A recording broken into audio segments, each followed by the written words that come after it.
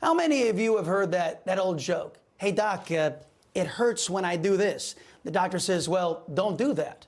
That's a joke that illustrates the predicament we are in because of our failed political class in the United States.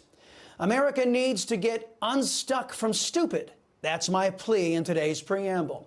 In the wake of the horrific mass killing in Nashville, real Americans' thoughts, sympathies, and prayers are with the victims of the crazed trans whack job who slaughtered innocent American children and adults. Others in America have different priorities. The folks at NBC air quotes news. They are instead concerned about alleged fear running through the transvestite community. On the rare occasions when white Christian males have undertaken violence, I don't recall any fake journalist at NBC or any other biased news outlet showing any concern for innocent white Christian males. But it's not just the sickos and the biased press. Woke corporations, headed by left-wing crazy people, dedicated to environmental social governance and other woke cancers. None of them have expressed concern for the victims, the Christian community, in the wake of the senseless slaughter. Yet people will still watch the biased press and buy their newspapers. Yet people will still patronize the woke, unfair, and mean-spirited companies because some are stuck on stupid. According to police, the biological female who pretended to be a man thought about shooting up a mall, but decided, hey, there was too much security there, opting for the Christian school, knowing it was a gun-free zone, and that the precious children and teachers there would be like lambs to the slaughter. Yet, left-wing nut jobs continually push gun-free zones. What's worse is that the American people sit idly by and allow these stupid policies to continue racking up the body count. Militants in groups like the Trans Resistance Network, they are urging their followers to arm up to combat what they call Nazis and fascists. Now, what do they define as Nazis and fascists? Well, anyone who opposes their anti-American totalitarian views.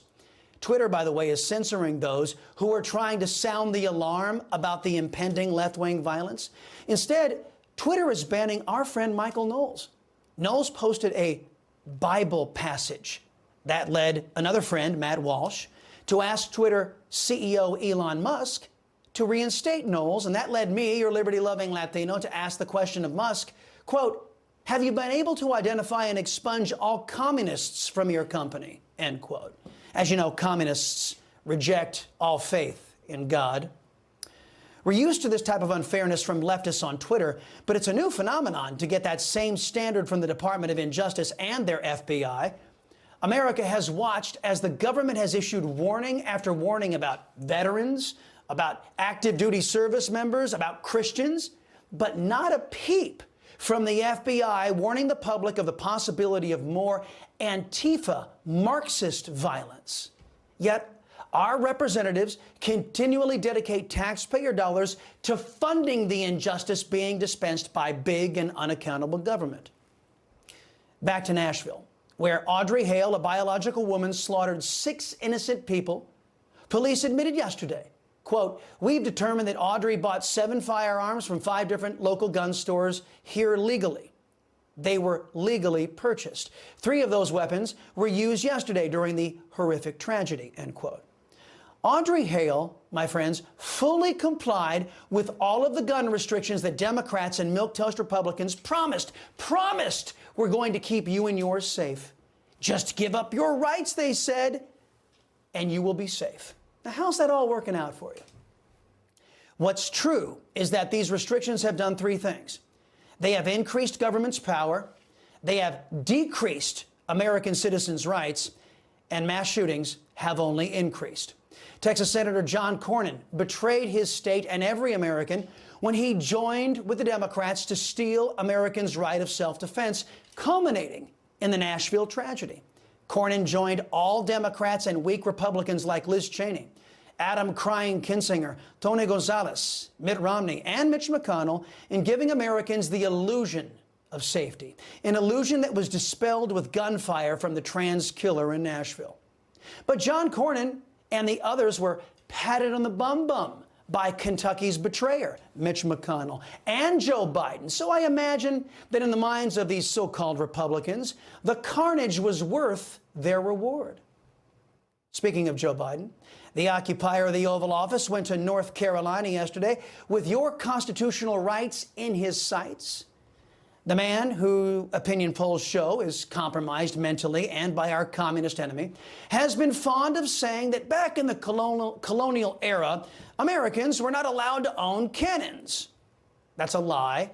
But because the biased press appreciates left-wing liars, they never call out Joe Biden or his ilk.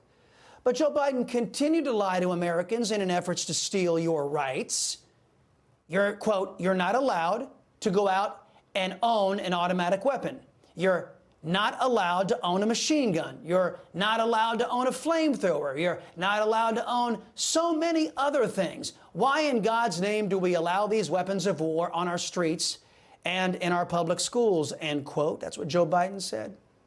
Just like the cannon lied, Joe Biden lied again about machine guns and flamethrowers. If an American wants to go through the extensive permitting and background checks, one can own a machine gun. And in the United States, it is not illegal here to own a flamethrower. Now, you'd think the guy sitting in the Oval Office would know these things, and he does. He just chooses to lie to all of you about that. Question: if a politician is trying to take away your rights, should you trust him or her? Another question: if a politician has to lie repeatedly in an effort to convince you to give up your rights, should you trust him or her? Apparently, the answer is yes, if your name is Mitch McConnell, John Cornyn, and a myriad other Senate milquetoast Republicans. Thankfully, most in the House have been voted out who voted with Democrats. Corporations and governments that harm you don't deserve your support. Corporations or governments that lie to you don't deserve your trust. Back to the doctor joke. If voting for certain politicians and patronizing certain corporations hurts you and results in you losing your rights, security, and prosperity, then don't do that, because that would be stupid.